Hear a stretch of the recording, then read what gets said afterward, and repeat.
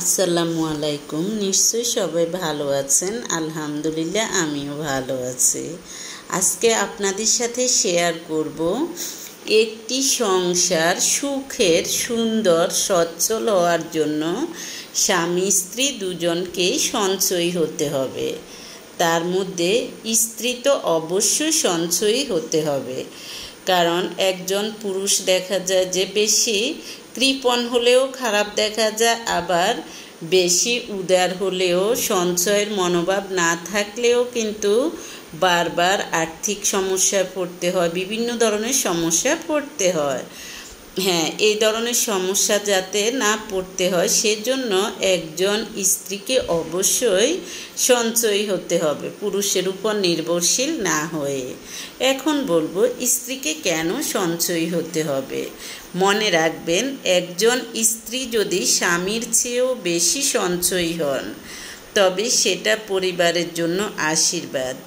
এটি কেবল টাকার হিসেব রাখা নয়, বরং ভালোবাসা, দায়িত্ব এবং দূরদর্শিতার প্রয়োজন।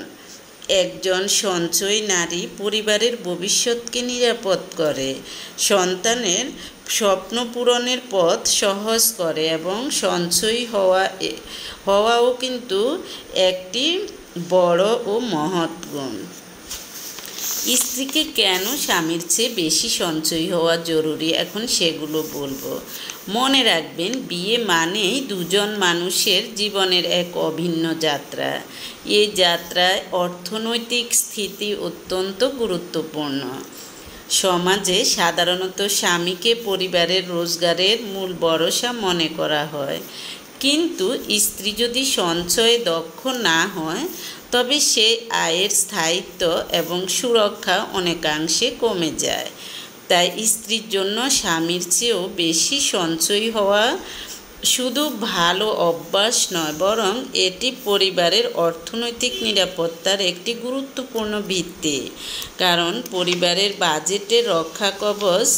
গবেষণায় দেখা গেছে যে পরিবারের অর্থনৈতিক সিদ্ধান্তে নারীর অংশগ্রহণ থাকলে সঞ্চয়ের হার তুলনামূলকভাবে বেড়ে যায়। হঠাৎ বিপদে সুরক্ষা, অসুস্থতা, চাকরি হারানো বা অন্য যে কোনো জরুরি পরিস্থিতি সহজেই যে কোনো সময় আসতে পারে।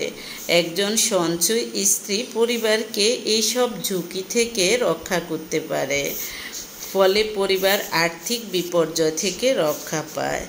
একজন মায়ের সঞ্চয়ী মনোভাব সন্তানের শিক্ষার খরচ, স্বাস্থ্য, এমনকি বিয়ের জন্য সুরক্ষা গড়ে তোলে। স্ত্রী বেশি সঞ্চয়ী হলে খরচ নিয়ে সচেতনতা বাড়ে। স্বামী স্ত্রী একসাথে পরিকল্পনা করে খরচ করলে এতে স্বামী স্ত্রীর মধ্যে ঝগড়াঝাটি কম হয়, সম্পর্ক মজবুত হয়। মনে রাখবেন, নারীরা শিক্ষা খাতে এবং স্বাস্থ্য খাতে কিন্তু বেশি বিনিয়োগ করে, অন্যান্য ক্ষেত্রে নয়। আল্লাহ হাফেজ।